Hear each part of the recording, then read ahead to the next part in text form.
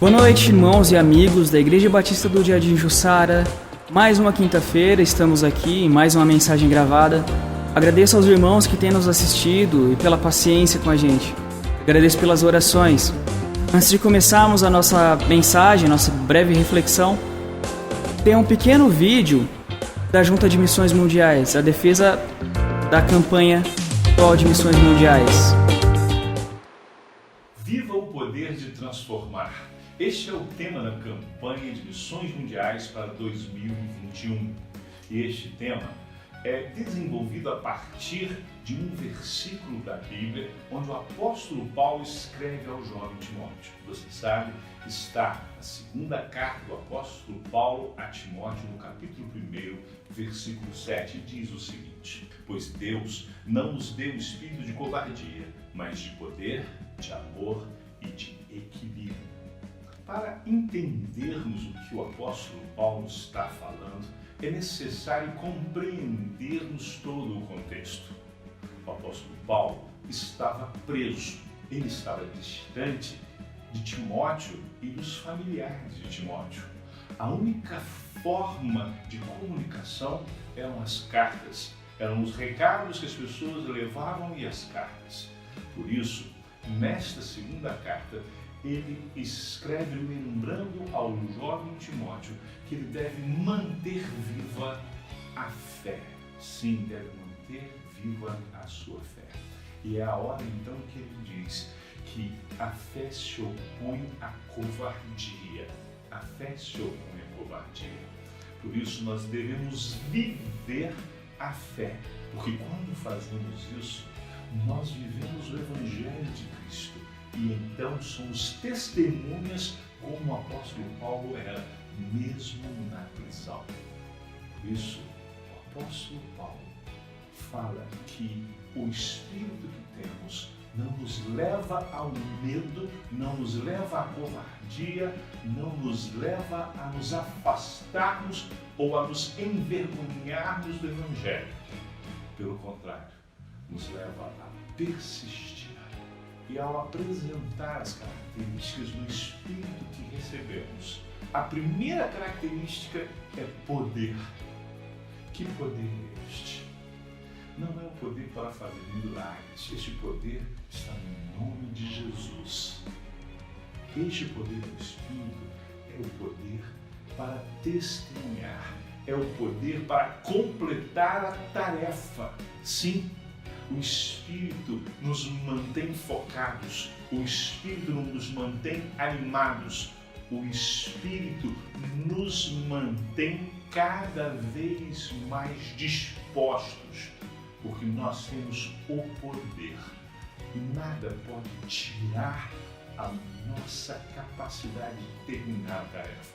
Sim, este é o poder de terminar a tarefa que recebemos. A tarefa de anunciar Jesus Cristo como Senhor e Salvador. A tarefa de fazer discípulos em todas as nações, de testemunhar em todos os lugares do mundo. Precisamos viver este poder. O poder de não parar de testificar. O poder de continuar a fazer discípulos, pois isto vem do Espírito Santo de Deus que nos foi dado. Mas este Espírito também tem como característica o amor. E nós precisamos entender que a mensagem do Evangelho é a mensagem da transformação pelo amor.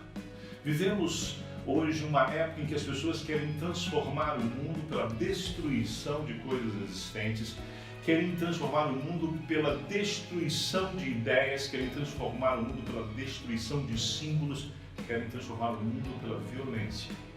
Mas Jesus Cristo nos deixou clara a mensagem do amor. Nós sabemos que Deus é amor. E o apóstolo Paulo nos diz que o espírito que temos é de amor. E só o verdadeiro amor transforma. Por isso nós precisamos viver este amor que transforma, este amor poderoso que transforma. Repare que o apóstolo Paulo diz que o espírito que nós recebemos não é de covardia, mas de poder e de amor. Porque no amor não há medo. Sim, no amor não há medo. Quando amamos a Deus, aprendemos também a amar os nossos semelhantes.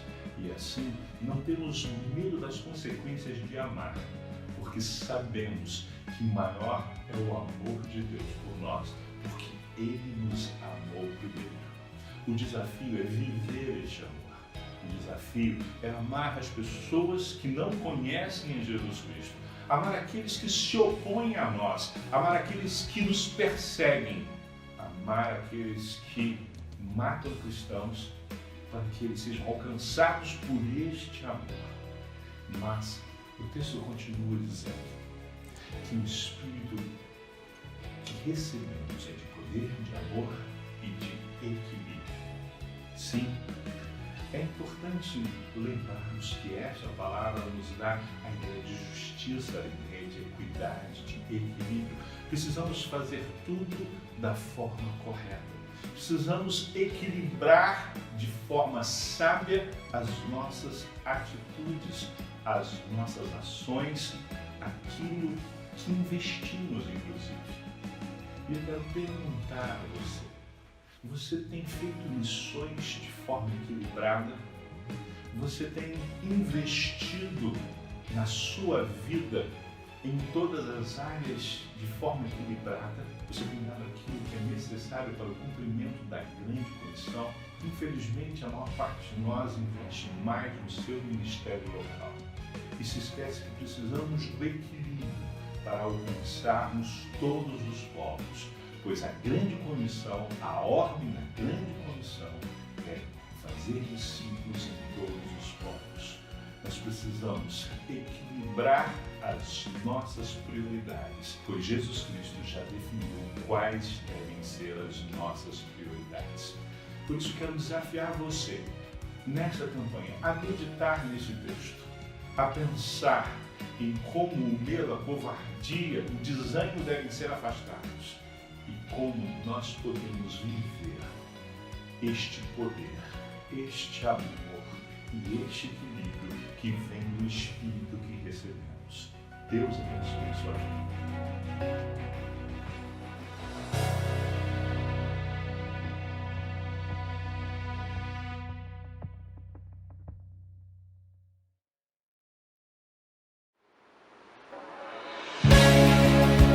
Amém. É sempre bom a gente ouvir sobre essas questões envolvendo missões mundiais. Isso nos aquece o coração, faz saber que as nossas ofertas estão sendo bem empregadas. Faz nos saber que Deus está usando cada um de nós, mesmo que de uma maneira um pouco distante, para fazer a sua obra. Nessa reflexão, eu gostaria de conversar com os irmãos sobre os assuntos a respeito de Jesus Cristo. Semana que vem a gente já vai estar na Semana Santa de novo, a Páscoa, a Sexta-feira Santa, sábado e o Domingo de Páscoa, mais uma vez. E a minha proposta para hoje, para a reflexão de hoje, são os textos envolvendo os últimos momentos. No Evangelho de João, nós encontramos alguns bons relatos a partir do capítulo 13 até o capítulo 17, do que aconteceu horas antes da prisão e crucificação, morte e ressurreição de Jesus Cristo. É claro que nós não vamos poder, durante esse ano, nos reunirmos para celebrarmos a Páscoa, para comemorarmos com amigos. Nós não podemos nem abraçar os irmãos, nós não podemos apertar as mãos durante um tempo. Mas nós celebramos a Páscoa, nós celebramos a morte e a ressurreição, a salvação que vem em Jesus Cristo para nossas vidas. Esses capítulos, eles são muito bons, eu gostaria de recomendar aos irmãos que estivessem lendo como texto devocional nos próximos dias. Mas nós vamos focar aqui em alguns versículos entre os capítulos 16 e 17. Aqui nos versículos 7 a 11 tem uma mensagem interessante. Jesus diz o seguinte na minha versão. João capítulo 16, versículos 7 a 11. Na verdade é melhor para vocês que eu vá, pois se eu não for, o encorajador não virá. Se eu for, eu o enviarei a vocês. Quando ele vier, convencerá o mundo do pecado, da justiça e do juízo. Do Pecado porque o mundo se recusou a crer em mim. Da justiça porque eu voltarei para o Pai e não me verão mais. Do juízo porque o governante desse mundo já foi condenado. E aqui, como alguns textos um pouco para trás, no mesmo capítulo, em capítulos anteriores, Jesus reafirma que tem de partir, ele tem de morrer, e que a continuidade da sua obra virá com a descida do Espírito Santo. Esse Espírito convencerá o mundo do pecado, da justiça e do juízo. Esse texto ali é bem conhecido, mas nós vamos examinar um pouquinho eles aqui. Nos versículos 9, 10 e 11, há uma descrição interessante desses 3 pontos. Pecado como a recusa em crer na salvação em Cristo e na obediência a Deus. Aqui, as anotações da Bíblia MacArthur diziam o seguinte, que esse é um pecado específico. Ele não fala convencer o mundo dos pecados, ele fala do pecado, é um só. Que é o pecado de não crer em Cristo para a salvação, de rejeitar a Cristo como Messias vindo de Deus. Segundo a teologia, esse é o único pecado que decididamente leva o homem ao inferno. Todos os outros podem ser perdoados enquanto houver tempo de arrependimento, enquanto uma pessoa tiver tempo para se render, mas a decisão de não se render a Cristo, ela leva ao inferno. Interessante que nós podemos até descrever todos os outros pecados e todas as outras relações do homem, sejam relações humanas, ou relação do homem com a natureza, ou relação do homem com Deus mesmo, que sejam inadequadas como pecado contra Deus. Um marido que bate na esposa, um pai que maltrata os filhos, um filho que desobedece os pais, um homem andando contra a lei, um homem poluindo a natureza, podem ser considerados pecados diretos contra Deus. São pecados dos quais o homem pode se arrepender e se redimir. Mas a total negação de Deus, do homem contra Deus, na verdade, total negação do homem da salvação em Cristo, é o único pecado que decididamente pode levar o homem ao inferno de uma vez por todas. Também diz aqui sobre convencer o homem da justiça. Biblicamente, todos os homens tidos como justos andaram com Deus. Enoque, Elias, Moisés. Aqui o Espírito Santo nos convencerá de que Jesus Cristo é o único justo, de que a nossa justiça humana, ela não preenche qualquer requisito para a salvação. Esse é um dom que o Espírito Santo nos dá de nos convencer dessa justiça que está em Deus. Nos convencerá de que Jesus Cristo é justo e digno de estar à direita de Deus, e os que seguem, os que dependem dele para a salvação, também estarão no céu com ele. E também sobre convencer do juízo. O juízo que nós conhecemos no mundo hoje é um juízo muitas vezes viciado, tendente para o mal, tendente para as vontades do homem apenas. Esse juízo, ele não é um juízo perfeito. O juízo perfeito é o único que vem de Deus.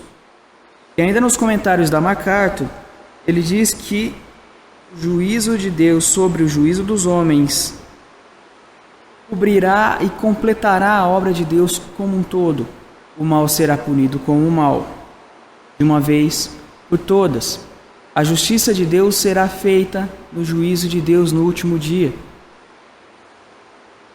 Aqui, sobre esses 3 pontos, há muito campo para estudo. Talvez a gente possa fazer outros vídeos sobre isso, ou o pastor faça uma pregação um pouco mais abrangente sobre essa parte.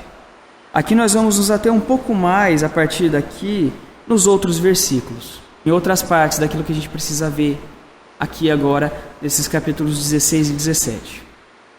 Prosseguindo com o texto, os versículos 21 e 22, eles são bem interessantes. Na verdade, 20, 21 e 22, eles são bem interessantes.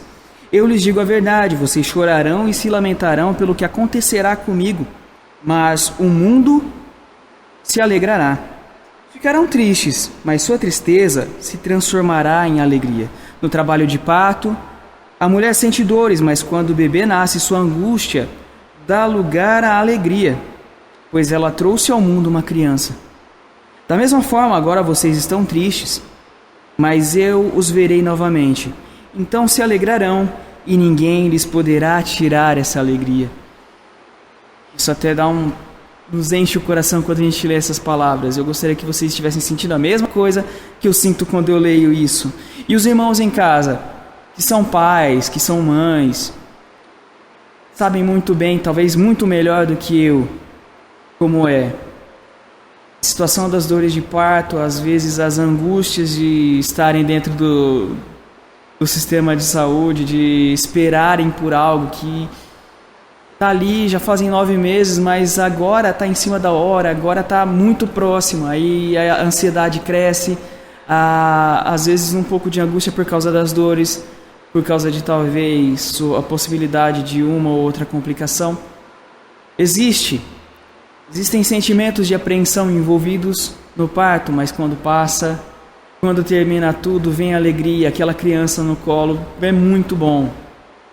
Creio que os pais em casa me entendem muito melhor do que eu entendo o que eu estou falando aqui. Mas Jesus coloca isso para tranquilizar os discípulos, justamente porque eles seriam separados durante um tempo. Jesus sofreria e morreria na cruz. Isso ele já falava algumas vezes e alguns dos discípulos tinham um pouco de dificuldade em entender isso até então. Mas ele falava isso para controlar, para acalmá-los de alguma forma, dizendo que era uma situação que seria necessária, como a dor de parto, como a angústia da dor de parto, mas ele voltaria para eles, ele os veria mais uma vez. Acredito que no coração de cada um de nós existe um pouco do mesmo sentimento de querer reencontrar Jesus Cristo. Jesus disse aos discípulos ali que em breve estaria com eles, vivo, ressurreto. Nós também o veremos, assim como ele é, um dia. E o capítulo 16 ainda termina com esse versículo que é bem interessante, bem conhecido de toda a igreja. Eu lhes falei tudo isso para que tenham paz em mim. Aqui no mundo vocês terão aflições, mas animem-se, pois eu venci o mundo. A vitória de Cristo sobre a morte já era uma certeza. Depois de tranquilizar os seus discípulos, ele começa a orar por eles. O capítulo 17 registra essa oração. E aqui nós vamos ver alguns versículos, só algumas partes. Capítulo 17, versículos 1 a 5. Ele diz o seguinte: depois de dizer todas essas coisas, Jesus olhou para o céu e orou: Pai, chegou a hora, glorifica teu Filho para que ele te glorifique. Pois tu lhe deste autoridade sobre toda a humanidade. Ele concede vida eterna a cada um daqueles que lhe deste. E a vida eterna é isso: conhecer a ti, o único Deus verdadeiro, e a Jesus Cristo, a quem enviaste ao mundo. Eu te glorifiquei aqui na terra, completando a obra que me deste para realizar. Agora, Pai, glorifica-me e leva-me para junto de ti, para a glória que tive ao teu lado antes do princípio do mundo. Estava lendo um dos meus devocionais durante essas últimas semanas e essa parte tem me emocionado bastante. Ele começa dizendo: Pai, chegou a hora, glorifica teu Filho para que ele te glorifique. A glória de Deus é peça central em tudo que nós cristãos fazemos. Ela é talvez a grande motivação de tudo que nós procuramos fazer. Nós não devemos procurar fazer as obras da igreja apenas para nós mesmos ou apenas para ajudar os nossos irmãos. É muito bom ser ajudado, é muito bom ajudar. Nós sentimos nosso coração aquecido e, enfim, nós nos emocionamos quando podemos ajudar, quando vemos que uma necessidade é suprida. Mas não é exatamente para isso que nós fazemos. Nós fazemos, na maioria das vezes, em mais alta instância de todas, para agradar ao coração de Deus, para glorificar a Deus. E toda a obra que Jesus estava fazendo ali, inclusive entregar-se à morte, era para glorificar a Deus.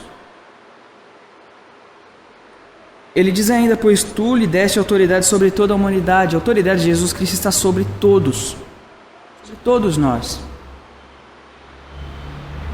Ele concede vida eterna a cada um daqueles que lhe deste, aqueles que nos aproximamos de Deus, nos aproximamos de Jesus Cristo, conhecemos a tua obra, é porque Ele nos levou. Porque Jesus Cristo nos tem em suas mãos, porque Deus nos entregou a Ele. Nós o conhecemos porque Ele quis que nós o conhecêssemos. Nós o amamos porque Ele nos amou primeiro. E a vida eterna é isso, conhecer a Ti, o único Deus verdadeiro, e a Jesus Cristo, a quem enviaste ao mundo. A vida eterna consiste nisso, em conhecermos a Deus, reconhecendo Jesus Cristo, o Filho de Deus que nos trouxe essa salvação. Ele diz ainda, agora Pai, glorifica-me e leva-me para junto de Ti, para a glória que tive ao Teu lado antes do princípio do mundo. Ele estava com Deus na criação. O próprio João escreve no capítulo 1, que o Verbo, a palavra viva, estava com Deus e era o próprio Deus. Estava com Ele na criação e não há nada no mundo que tenha sido criado sem a ajuda dEle. Jesus Cristo reafirma a si mesmo como Filho de Deus eterno durante a criação, em sua oração, em sua intercessão pelos discípulos, para aqueles que agora seriam enviados ao mundo para completar a sua obra. Versículo 9 vai dizer o seguinte: minha oração não é por este mundo, mas por aqueles que me deste, pois eles pertencem a Ti. Está falando sobre nós, está falando sobre os discípulos ali também, principalmente sobre os discípulos. Aqueles que me deste, eles pertencem a Ti. Nós pertencemos a Deus. Se nós pertencemos a Cristo, pertencemos a Deus. Versículo 11 diz, agora deixa esse mundo, eles ficam aqui, mas eu vou para a Tua presença, Pai Santo. Tu me deste Teu nome, agora protege-os com o poder do Teu nome, para que eles estejam unidos assim como nós estamos. O último capítulo de Mateus, também o Evangelho, diz o seguinte: estarei com vocês até o fim dos tempos, até a consumação dos séculos. Nós temos a certeza de que Deus está conosco o tempo todo. E Ele nos protege o tempo todo. O tempo todo. E os versículos 15 a 19 vão dizendo o seguinte: não peço que os tires do mundo, mas que os protejas do maligno. Eles não são desse mundo, como eu também não sou. Consagra-os na verdade, que é a Tua palavra. Assim como Tu me enviaste ao mundo, eu os envio ao mundo. E eu me entrego com o sacrifício santo por eles, para que sejam consagrados na verdade. É interessante pensar nesses termos até o versículo 19. Ele diz o seguinte: não os tires do mundo, mas proteja-os do maligno. Ele não está pedindo para a gente ser tirado do mundo, ser alienado do mundo, ser separado por completo, de uma forma que a gente não saiba o que está acontecendo do lado de fora. Até porque nós precisamos saber para poder redimir. Nós precisamos saber o que acontece no mundo para poder estender as nossas mãos, para sermos as mãos e os pés de Jesus Cristo aqui na terra.